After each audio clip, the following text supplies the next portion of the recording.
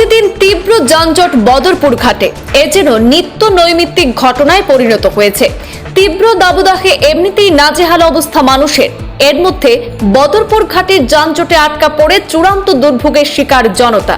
বদরপুর ঘাটে যানজটের কারণে প্রতিদিন সীমাহীন দুর্ভোগের মুখে পড়তে হচ্ছে যানবাহন চালক ও যাত্রীদের।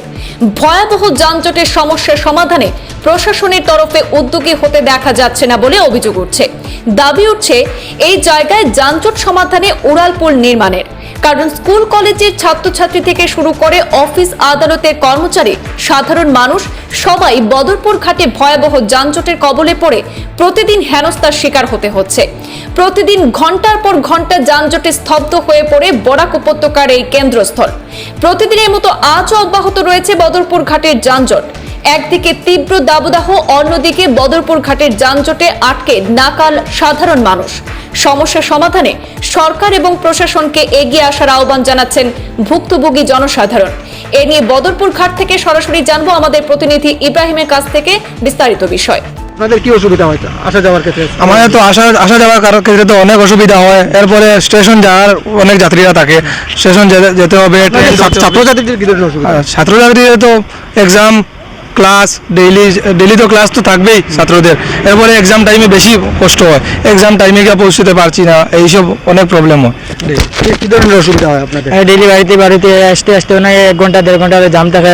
ক্লাসে গেলে সাড়ে 11টা লেট খানে, এক্সামের সময় এখন এক্সামে বসতেও পারি না, তো লেট হয় এখানে রাস্তা লেট থাকে। 11:30 সকালে বাড়ি যেতে, সকালতে বাড়ি এলে বিকালে যেতে 6টা বাজে করে, বিকালেও জাম থাকে, এদের জামে 6টা বাজে, রাত্রে আন্ধার হয়ে যায় করে, যে সময় কষ্ট হয়। এখানে তো প্রচুর অসুবিধা হয়, কারণ সকালে যেতে হয়, যাওয়ার সময় মানে প্রচুর অসুবিধা হয় যে এখানে জাম লেগে যায়। জাম লাগার জন্য আমরা কলেজে ঠিকমতো যেতে পারি না, আওয়ার সময় জাম লেগে যায় প্রচুর। আমি তো ডেইলি রাস্তায় যাই, কিন্তু ডেইলি জাম থাকে এখানে।